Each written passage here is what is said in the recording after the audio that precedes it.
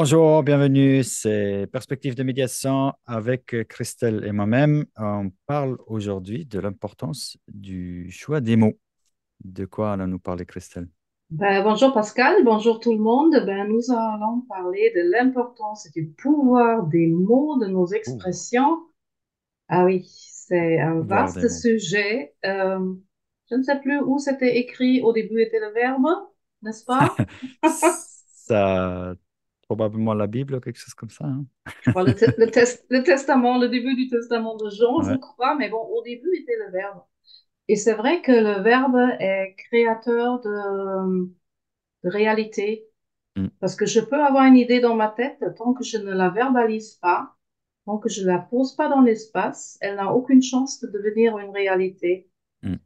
Et donc, voilà, le verbe, le mot, les expressions, du moment où ils sortent de notre bouche, prennent place, prennent forme, peuvent créer la paix, peuvent créer la guerre, peuvent créer la cisanie. De toute Mm. façon, du moment où il y a un mot dans l'espace et un autre être humain qui l'entend, il y aura une réaction. Il y a quelque chose qui se passe. Le mot, je crois que là, tu nous donnes le titre du podcast. Le mot devient pensée, devient réalité. Mhm. Oui, super. Bien. En tout cas, Très c'est bien. passionnant. C'est passionnant. Restez jusqu'à la fin. À tout à l'heure.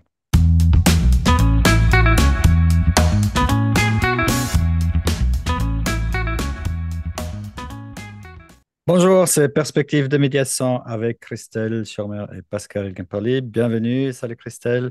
Bonjour Pascal, tout va Salut. bien?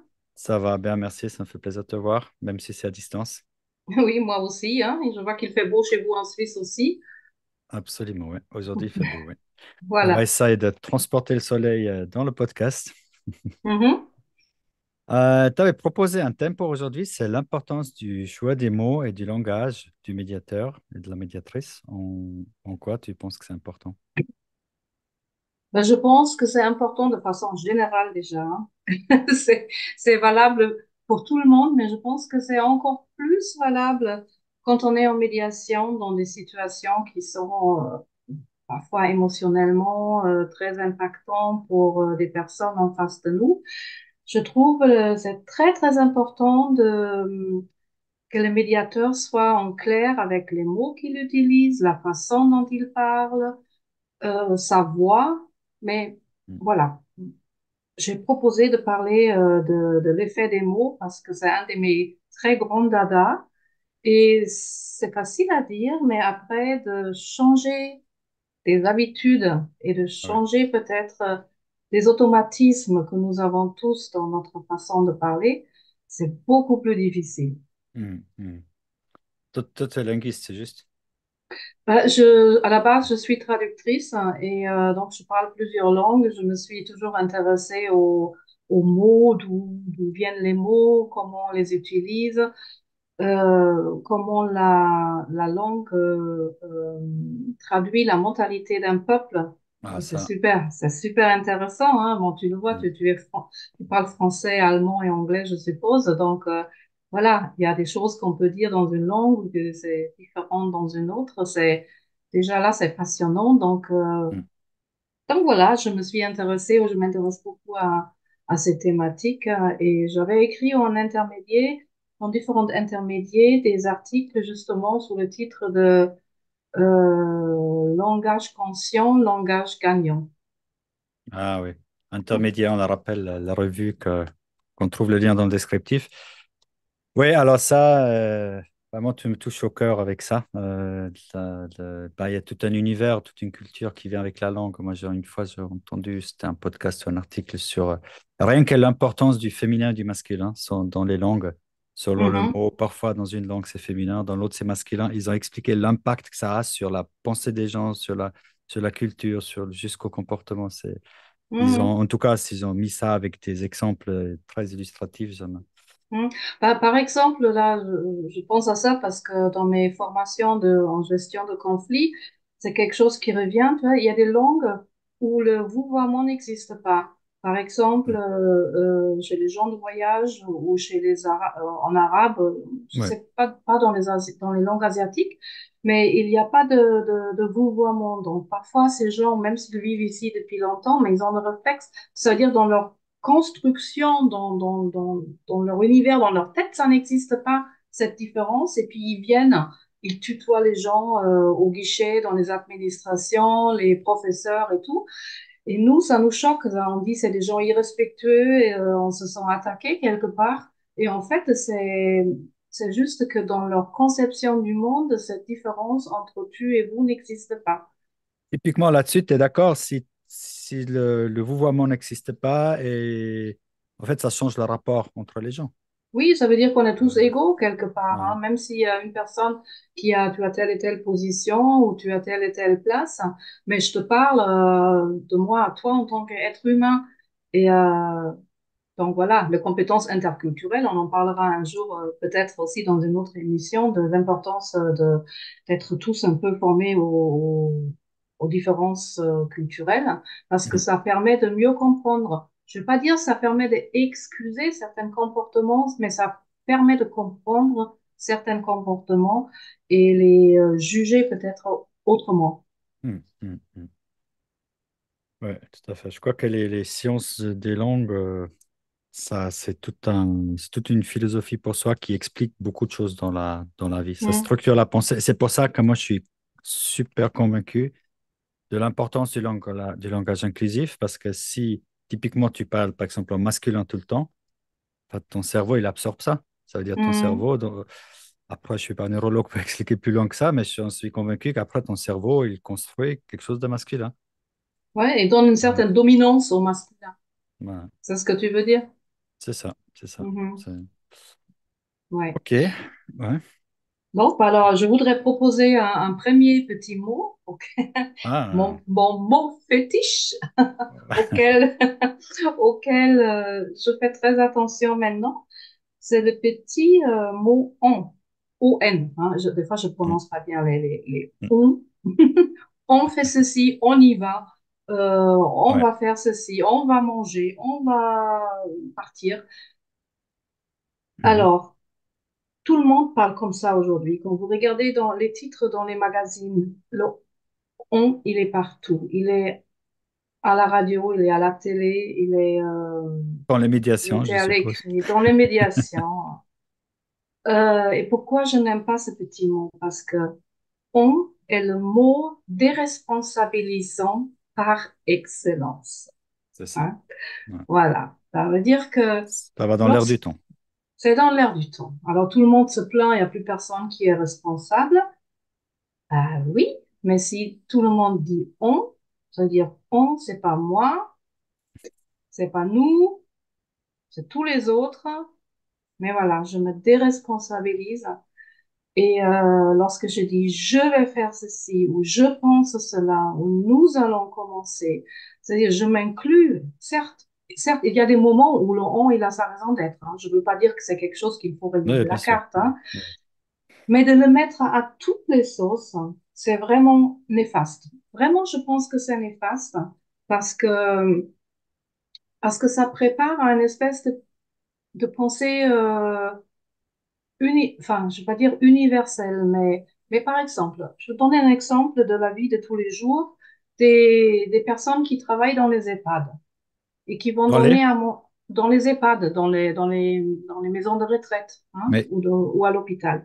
oui. Et lorsqu'ils vont donner à manger à un patient qui ne peut pas manger tout seul et qui lui disent, on va manger, on va ouvrir la bouche ou on va prendre la cuillère. Ben, on, ça veut dire nous, ça veut dire que cette personne ne fait pas la différence entre moi et vous, Mhm. hein. Et ces personnes vont se plaindre à la fin de la journée, qu'ils sont complètement épuisés. Mais si toute la journée, dans tout ce qu'ils font avec leurs patients, ils s'incluent dedans, comme si eux-mêmes étaient concernés par ça. Mhm. Mhm. Mhm.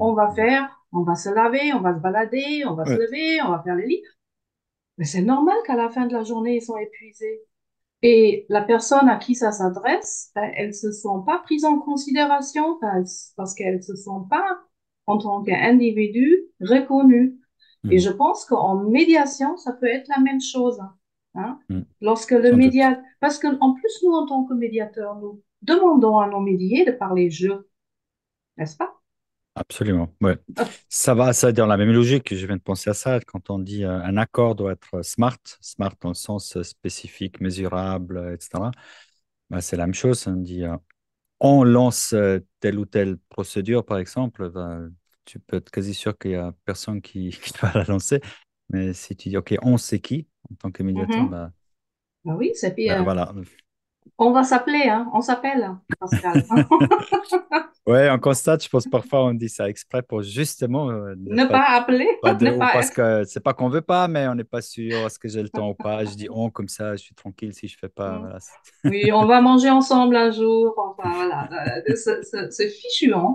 C'est pas Quand la même tout, chose comme je vais t'appeler pour qu'on puisse aller manger et ensemble. bien voilà, exactement. Et donc voilà, ce on, il est déresponsabilisant et il ne donne pas la reconnaissance nécessaire à l'autre, Mm. hein. Et je suis aussi si sensible à ça, ça vient aussi de l'histoire allemande, parce qu'en allemand, nous avions ce petit mot Mann, hein. Ja, Man tut das nicht, hein. ja. Et on ne fait pas ceci, on ne parle pas comme ça, etc. Je crois que dans le vocabulaire nazi, qui a essayé de, comment dire, d'éliminer la pensée individuelle des personnes, Mhm. ce genre d'expression était très utilisé. Et j'ai lu une fois une phrase de, je ne sais plus qui, on l'attribue peut-être à Göring, mais c'est discuté. Il a dit, nous ne voulons pas que les gens adhèrent à nos idées, nous voulons qu'ils ne puissent plus penser autrement qu'à travers nos idées. Ah ouais.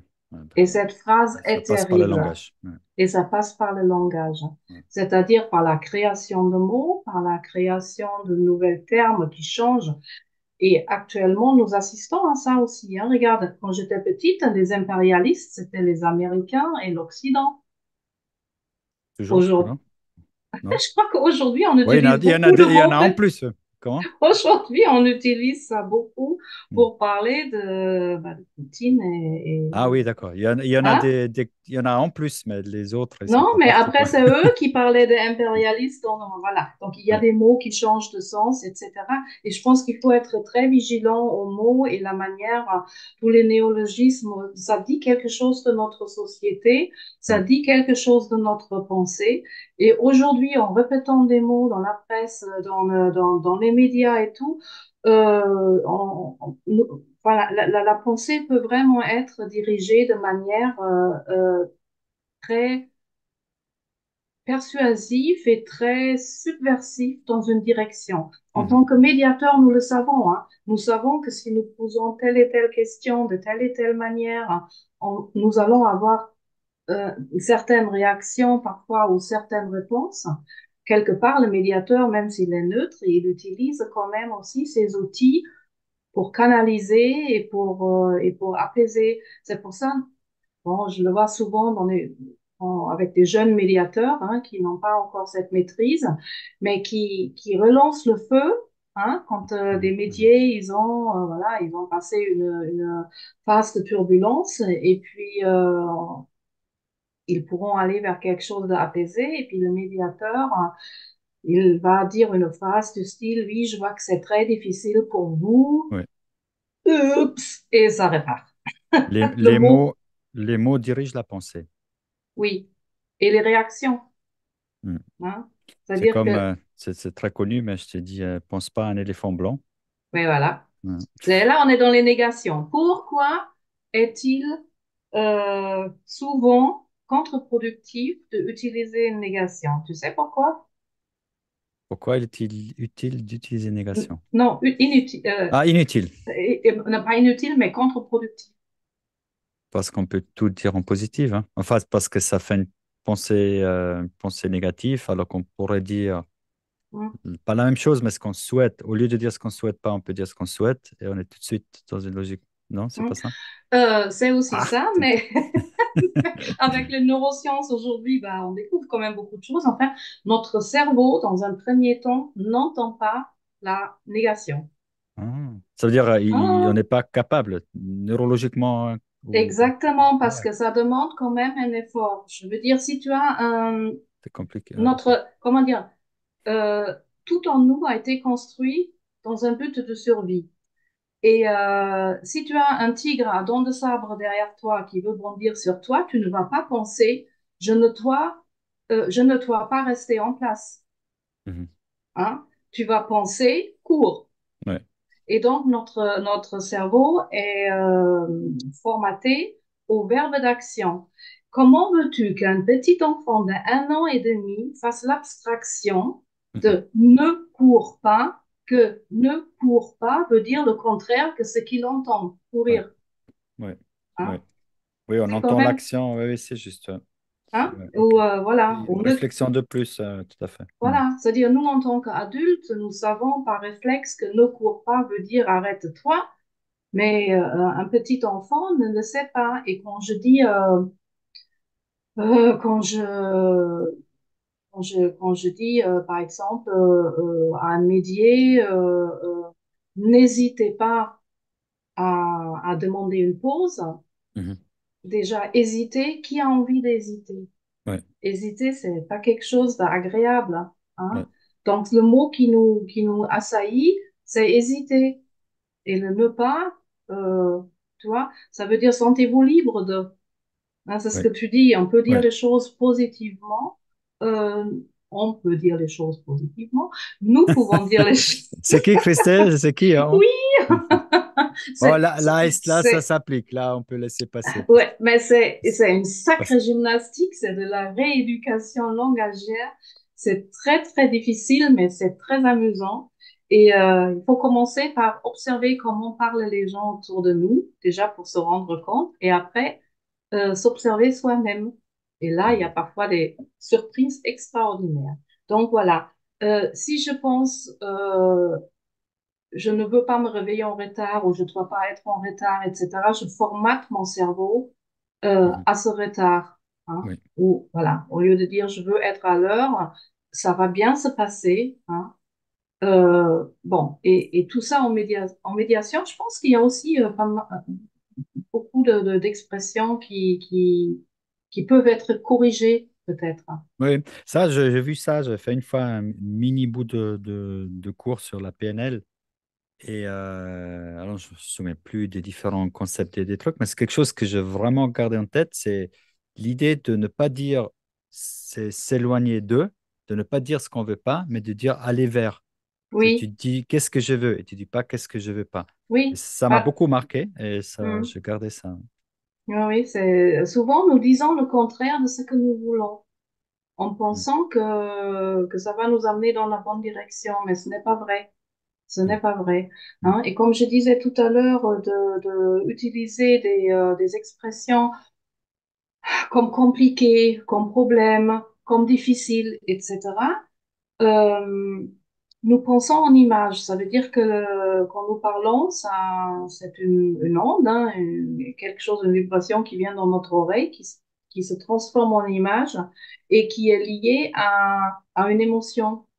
Ouais, Quelque chose qui est difficile, c'est toujours lié à une émotion désagréable. Un problème, c'est toujours lié à un obstacle, à quelque chose de difficile à surmonter. Hein. Et même si c'est que des millisecondes, hein, ça crée, ça crée une impulsion et ça crée du stress. ouais. C'est Et parce que donc, c'est est-ce que c'est ça? Je sais pas si tu sais, mais c'est notre cerveau, il capte, il catégorise des mots avec des émotions, c'est ça? Et puis si tu actives le mot, tu actives l'émotion en même temps. oui, c'est C'est ça. ça. Ouais. Ça, c'est des millisecondes. Hein. Mais ça a un effet. Par exemple, les chercheurs, et je crois que c'est d'ailleurs en Allemagne, euh, ils ont constaté que des mots violents euh, allument ou activent dans notre cerveau les mêmes zones que comme si on nous pique avec une aiguille, Ah c'est-à-dire ouais, une zone de douleur. ok. Hein. C'est-à-dire, je te pique avec une aiguille, tu vas avoir un petit endroit dans ton cerveau qui va s'allumer. Si je dis des mots comme guerre, attentat, violence, brutalité, enfin toute une panoplie, explosion, euh, quand tu entends, quand la personne entend ce mot dans et aussi celle qui le dit, hein, dans le cerveau s'allume cette même zone de douleur. Mhm, mhm. Hein. Et donc, nous pouvons, à travers le choix de nos mots, à travers notre façon de dire les choses, ou nous faire du bien, ou nous faire du mal.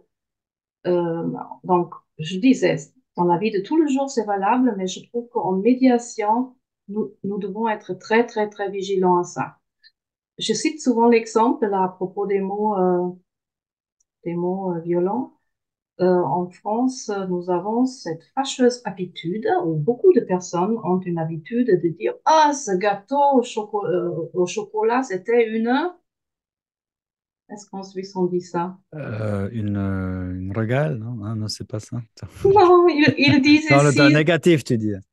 ils Euh, disent, ce Vas-y. gâteau au chocolat était une tuerie. Ah oui, oui, oui, oui, ok, ouais, ça on dit aussi, ouais. Ça, voilà. Et personnellement, je trouve ça tellement horrible que Moi, je ça me m'a fait suis... bizarre, ouais, pardon. Quand Hein? je suis venu en Suisse romande, quand j'étais exposé à l'espace francophone, ça m'a fait bizarre aussi. Pourquoi on appelle ça une Hein? tuerie, quoi. Alors, tout le monde dit, mais on sait ce que ça veut dire. Mais Mm, moi, sachant ce que ça allume, et je me suis entraînée, et là, je choque les gens parce qu'ils ne mm, comprennent pas. J'ai dit, ah oui, c'était la promenade de Nice ou c'était Charlie Hebdo? mm, Et mm, là, ils me regardent avec des grands yeux, ils me disent, pourquoi tu dis ça? mm. Euh, et je dis, ben, parce que ça, c'est des tueries. En ce moment, nous sommes entourés de tueries, hein, en regardant la guerre, en regardant les guerres et tout. Pourquoi ce gâteau de chocolat qui est délicieux? Quand on dit délicieux, on peut faire Oh, la c'est beau, là. tu vois, quand je dis délicieux, tout de suite, on Mm. a l'eau qui monte à la bouche et nous avons des Ah jolis oui, t'as mots là, pour j'ai dire les bloqué. choses là. Hein, voilà, donc, pourquoi privons-nous, déjà dans ce monde de brut et de brutalité, pourquoi Mm. nous nous privons du plaisir de utiliser des mots qui peuvent nous faire du bien? Ça serait passionnant de voir d'où ça vient. Moi, j'écoute parfois un podcast en suisse-allemand sur la langue suisse-allemande où il explique l'origine des mots. Et c'est assez fascinant parfois. Mhm. Ah oui, Euh, pourquoi ça vient de très loin? hmm. Mhm. Il y a un autre mot auquel je pense là, c'est le mot mais. Tu vois, qu'on peut mais, parce que mais aussi, c'est dans la même optique, c'est négatif. Mais c'est Mhm. une opposition, ouais, on contre quelque chose. Tu dis ça, mais tu vois, c'est un opposé. Et tu peux, je pense, 80%, peut-être 90% des mais, tu peux les remplacer par des et. Oui, je crois que ça, c'est en PNL aussi, hein, Ah, peut-être, ça, c'est ouais, possible, ouais. oui, Bon, du coup, il y a un deuxième truc que j'ai gardé. que tu as gardé, oui, de Ouais. remplacer les mais qui peuvent être comme ressentis comme un rejet de quelque chose Là, de c'était ce un que bon nous cours, j'ai disons. maintenu plein de trucs. Il faut que je retrouve ce cours, je vais le recommander. Ouais, ben oui. Oui, de remplacer par et il y a aussi la façon de dire non sans dire non. Parce que le non aussi, c'est un mot qui souvent, quand nous disons non à quelque chose ou à quelqu'un, c'est perçu comme un non, je ne le fais pas. Le non, c'est, regarde, N-O-N, nous pouvons le lire de droite à gauche et de gauche à droite. C'est quelque Ouais, chose qui est très, très enfermant, hein. ouais. C'est, oups. Et comment dire non sans dire non? Alors là, tu dois m'aider. Je vais t'aider en prenant tout simplement l'exemple de la personne à qui j'ai demandé d'assister à notre podcast aujourd'hui et qui m'a envoyé un très joli mot en me disant, mais Christelle, j'aurais adoré participer à votre podcast samedi prochain. Malheureusement, je ne suis pas disponible. Ok, Tu ouais. vois? Elle m'a Ouais, ouais. dit non, mais d'une manière qui était très élégante et Hmm. très apaisante et je me suis pas sentie rejetée, Oui, hein. oui, tout à fait. Et voilà. Elle Et viendra d'ailleurs, hein. C'est pas annulé, c'est repoussé. voilà. On ne dit pas qui c'est. Voilà. J'espère. On dit pas qui c'est. On vous laisse la surprise. Donc voilà, il y a des façons de dire oui, je comprends que c'est important. Malheureusement, je ne peux pas. Voilà. On peut après trouver toutes les explications, excuses ou pas d'excuses ou pas d'explications possibles, mais nous ne sommes pas obligés, à travers nos mots, de brusquer les personnes en face de nous. Oui. Voilà. Tu sais, il y a ce qui m'a beaucoup frappé. J'avais fait un podcast avec Olivier Chamberloir qui fait la médiation transformative. Oui, Et lui m'a dit, dans médiation transformative, tu amplifies même le négatif. tout à fait.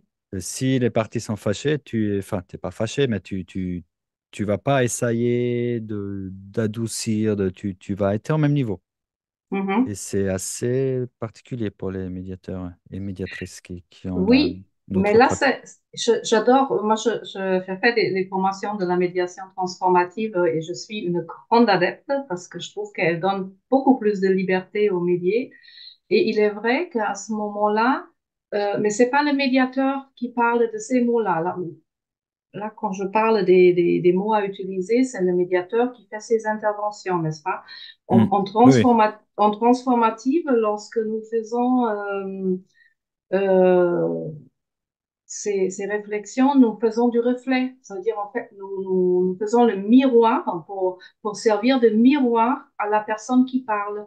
Hein. Ça veut dire, ce n'est pas le choix de mes mots, ce n'est pas mon intervention, mais je reflète l'intervention du médier. Et si le médier, il dit, oui, même à sa femme, mais de toute façon, t'es une grande salope, euh, pardon, hein, mais des fois c'est très violent, bah, le médiateur, il va dire, dites que avec le même ton, ah, votre femme est une grande salope. Et Hmm. là, souvent les personnes entendent seulement ce qu'ils disent, hein, parce que les personnes qui sont Ouais, fâchées, qui sont énervées, qui sont en émotion, souvent ils ne s'entendent pas parler et ils n'entendent pas comment ouais. ils parlent et ce qu'ils disent. Alors, tout Et ce que donc, j'ai déjà entendu dans des médiations, c'est effectivement. Alors, une fois, c'était dans une autre langue que je comprenais pas. Et c'est après, c'était monsieur qui disait ça à madame. Et c'est après la médiation, lui, il est vite parti, elle est restée, elle prenait ses affaires et tout. Elle m'a dit ce qu'il a dit. Et j'étais choqué, mais je ouais. pouvais pas réagir parce que j'ai pas compris. Bah, j'aurais peut-être pu demander ce que ça veut dire, mais dans le feu de Mhm. l'action, il sort quelques mots dans une autre langue. Ben, voilà. Ouais. Après, ça dépend aussi de la réaction de la personne en face, hein, Mm. comment elle réagit par rapport à ça. Est-ce qu'elle va Je crois éclater qu'elle en avait larmes? Non, je crois qu'elle avait l'habitude de l'entendre. En tout cas, elle n'a pas réagi. Elle n'avait pas l'air affectée du tout. Donc, Mhm. Voilà. Mm. Et si tu l'avais compris, tu auras tout de suite rappelé en bon médiateur, monsieur, une des règles de la médiation, c'est que nous parlons Mm. respectueusement et Mm. tatati tatata. Mm. Ce que nous Mm. faisons pas en transformative, hein. Voilà. Ouais, ouais, ouais, tout à fait. C'est très Ouais, c'est intéressant. passionnant.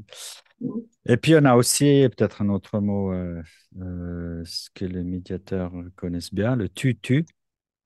Oui. Ça aussi, j'aime beaucoup, le tu-tu. Donc, un tu, il est souvent considéré comme une accusation. Mhm. Évidemment, là, comme tu as dit avant, on ne va pas le rayer du langage, on en a besoin souvent. Mais Mhm. s'il est utilisé dans le sens d'expliquer une situation, je dois expliquer ce que je fais moi, ou comment moi j'ai Mhm. vécu une chose, et pas dire à l'autre ce qu'il a fait, parce que tu as été en retard, tu n'as pas respecté les règles, tu n'as pas ceci, ben, l'autre, il reçoit flèche après flèche après flèche. C'est pas. Mhm. Ouais, c'est vrai. Et c'est pour ça que nous rappelons quand même une des règles en médiation classique, pas Mm. transformative, aux personnes que de parler je. Oui, Hmm, très important. Il y a un autre petit volet aussi qui peut être intéressant, c'est les automatismes langagiers Mm. et les idioties, enfin, oui, idioties ou les automatismes langagiers. Il y a des personnes qui commencent toutes leurs phrases avec en fait, en Ouais, fait là je te dis ou du coup, hein. du coup, ouais. Oui, et du coup, encore en fait, c'est des petits mots, ça veut rien dire et ça montre quelque part que la personne ne sait pas trop ce qu'elle veut dire et qu'elle a besoin de réfléchir, mais du coup, bah un coup reste un coup, hein. Ce qu'on a dit tout à l'heure, hein, c'est qu'on met derrière un mot un coup de balai, un coup de téléphone, un coup de main. Tout ça, c'est quand même aussi du coup. Et de dire toutes les 2 minutes du coup, quelque Je part, cherche, c'est violent. oui, oui, je cherche un petit truc que j'ai vu passer sur le réseau là-dessus. Voilà. Le du coup, par quoi on peut dire, on peut le remplacer, on peut dire plus joli. Euh, Ils disent par exemple ainsi, donc, alors. soudainement, en conclusion, si je comprends bien, ce qui Mhm. fait que qu'on sait comment. Tu vois, enfin, tu as beaucoup d'expressions bien plus belles que du coup. Oui, et parfois, de toute façon, les gens utilisent cette expression à la place, ils ne pourraient rien dire du tout Mm, parce que souvent, ça ne remplit même pas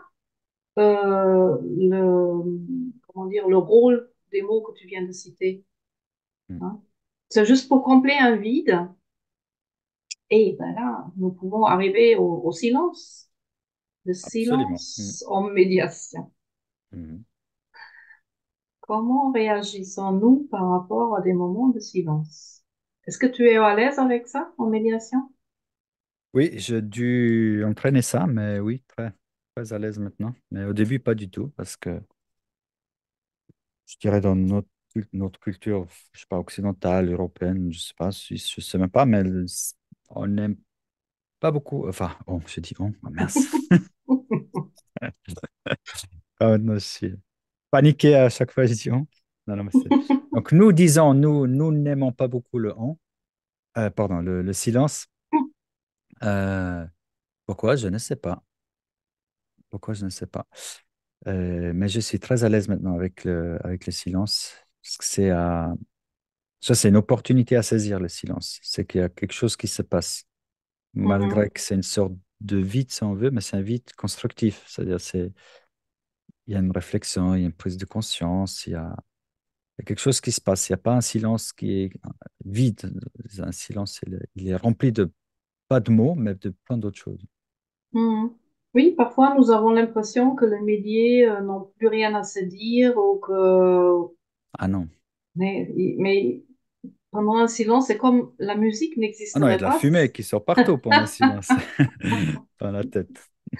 Oui, mais c'est comme en musique, une pièce de musique, c'est finalement ce sont les moments de silence qui font la pièce, hein, qui font la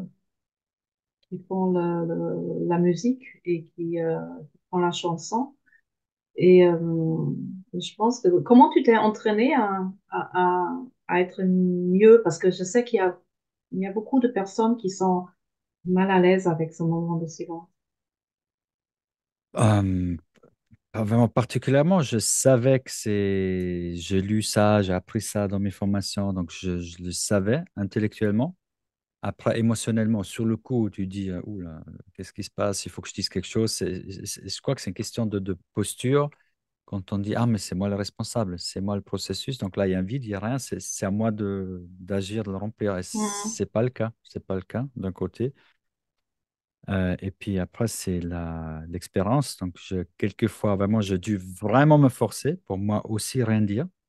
mhm, Et c'est sûr que quelqu'un va commencer à parler. Parfois, ça prend quelques secondes, 10, parfois 20. Bon, 20, c'est déjà assez long, mais parfois, oui. Et le moment de silence, comme je disais, c'est important pour la réflexion. Et aussi, ce qui va sortir après le silence, c'est aussi important. Ça donne une direction, peut-être parfois une nouvelle direction. Donc, je me suis entraîné par la pratique, si tu veux, en faisant. Au début, j'ai dû me forcer. Et puis, quand tu fais deux, trois fois, tu vois que ça marche, bah là, tu dis, ah, super, quoi. mhm.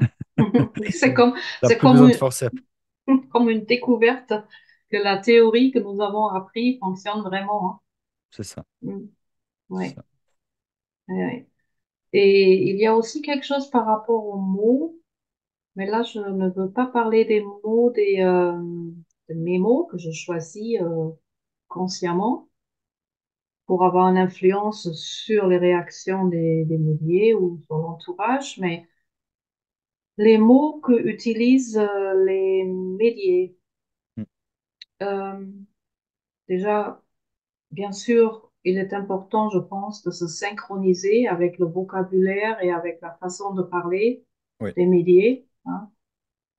Euh, Peut-être de utiliser les mêmes mots pour qu'ils entendent que nous comprenons ce qu'ils disent, pour créer un rapport, en même fait. pour créer le rapport.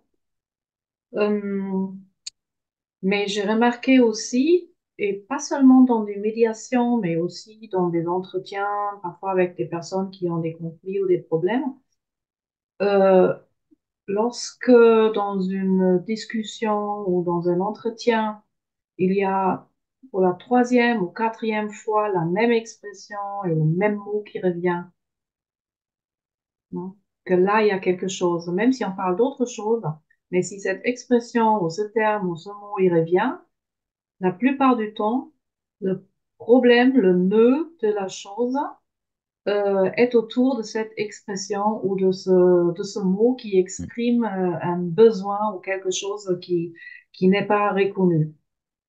Et là, tu réagirais comment si quelqu'un dit pour la troisième fois de suite, je sais pas, le mot liberté? Mhm. Ben, je dirais, écoute ou écoutez, j'ai entendu plusieurs fois que vous avez utilisé le terme liberté, que vous parlez de la liberté, à quel point c'est important la liberté pour vous. Est-ce que vous pouvez nous dire qu'est-ce que vous mettez derrière ce terme liberté? Mm. Qu'est-ce que la liberté signifie pour vous? Mm. Hein? Oui, Ok, parce que parfois les gens sont même pas conscients que ça revient c'est important eux-mêmes. ce que tu laisses l'exemple. Oui. Hein? C'est récurrent, c'est que c'est important. Et souvent en médiation, ou souvent dans des entretiens et des conflits, il y a quelque chose voilà, qui revient, qui revient, qui revient, même si la personne parle d'autre chose. Et quand on commence à creuser, là, quand le médiateur ou l'interlocuteur commence à creuser autour de ce thème, c'est là qu'on commence à aller en dessous de l'iceberg. Mhm. Hein. C'est ça. Voilà. Donc, Ouais. Il y a aussi, c'est une petite parenthèse, mais j'ai appris ça sous le nom de pacing. Bon, ça, c'est de l'anglais, bien sûr. Euh, Pacing, c'est une sorte de donner le rythme. Je sais pas comment on pourrait traduire ça. Mais pacing en allemand, donc le pace, c'est le rythme, si on veut, ou la vitesse. Et ça, c'est pas tellement. On peut aussi imaginer avec les mots, mais je pense que c'est ce que tu appelles synchronisation verbale. Si on utilise ça pour des mouvements. Et mhm, alors, j'ai pu essayer. Parfois, ça marche. Alors, c'est assez particulier, mais en fait, comment dire, tu crées un rapport, tu crées un pacing avec l'autre. Ça dit, d'abord, tu répètes ces mouvements. Si par exemple, toi, tu es là comme ça, mhm, moi aussi, je vais aller là comme ça. Il faut pas que ça mhm, fasse un peu ridicule, il faut que ça soit un peu inconscient, etc. Et puis l'autre, après, il bouge, toi, tu bouges. Et ça veut dire que tu suis le rythme. Et mhm, à un certain moment, après peut-être trois, quatre mouvements que tu as suivis, tu peux prendre le lead. mhm, Si oui, après, tu fais toi une posture, l'autre, il va suivre. Et ça marche relativement souvent. mhm, Et oui, juste l'avantage, c'est que ça crée aussi un rapport donc par le mouvement. Et le mhm, rapport, pourquoi c'est important? Pour que la personne, ça crée une confiance. Et en mhm, tant que médiateur, médiatrice, on a besoin de confiance. Pour moi, c'est vraiment parmi les bases fondamentales. Et ça mhm. crée une confiance. Oui, oui, je crois que ça, en français, on parle de synchronisation non verbale.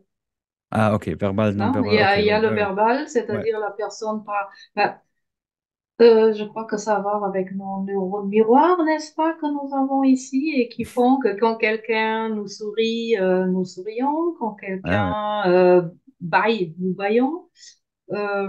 Et nous sommes toujours en action-réaction par rapport à l'autre, hein. Ouais. Que ce soit au niveau de l'expression du visage, que ce soit par notre comportement. Et il y a toujours un qui se cale plus facilement sur l'autre.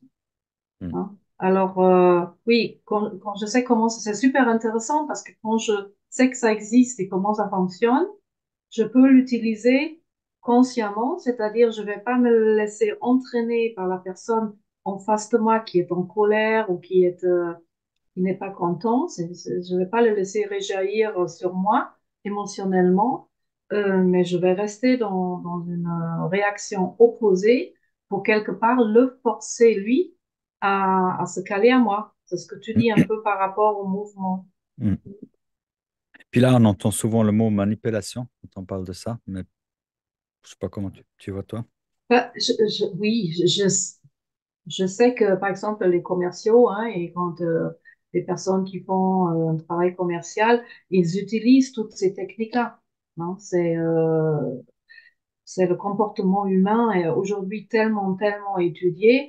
voit bien, on voit bien que tout le marketing, que toute la publicité, tout ça, on parle de neuromarketing, ça veut dire qu'ils Ouais. étudient les façons de réagir des êtres humains pour mieux nous atteindre émotionnellement, pour nous faire acheter tel et tel produit. Dans la vie de tous les jours, oui, c'est aussi une sorte de manipulation, mais je pense que si c'est si c'est utiliser consciemment des techniques pour amener à des situations d'apaisement et apaiser, c'est pour la bonne cause. Oui, c'est ce C'est- que, en fait, je viens de te penser exactement ça. Si c'est pour te faire acheter un truc que tu veux pas, là, c'est de la Mm. manipulation. Si c'est pour Mais créer une confiance que tu as besoin dans une médiation, ça ne sera pas de la manipulation. bah, c'est peut-être aussi de la manipulation, mais elle est dans un but. Je Oui, regarde, c'est des outils, c'est un peu comme un marteau. Je veux dire, je peux prendre le marteau pour mettre un clou dans le mur et je peux prendre le marteau pour assommer ou tuer quelqu'un. oui. Hein, Il y a aussi, je viens de penser à ça encore, c'est l'ancrage. En Hmm. négociation et évidemment en médiation aussi.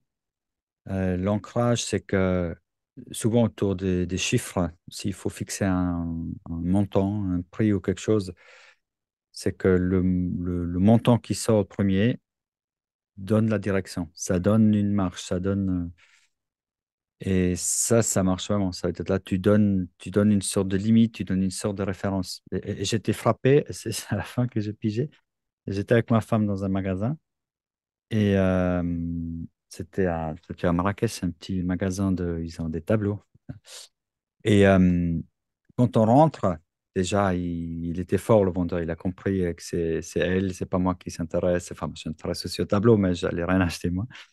Et ça, je pense qu'il a tout de suite, tout de suite vu. Et donc, il a commencé à papoter avec ma femme. Et puis, très rapidement, il a dit, ah, vous savez, aujourd'hui, j'avais deux clients qui m'ont acheté à 400 dirhams. Et ma femme, elle a acheté trois petits tableaux à, 100 dirhams. non, ouais, ouais, 4 à 100, voilà, 400 dirhams au total. Voilà. Et on est sorti, j'ai dit, mince, en fait, tu as été ancré, quoi. On dit, t'as ancré. Hmm. Voilà. Ah ouais.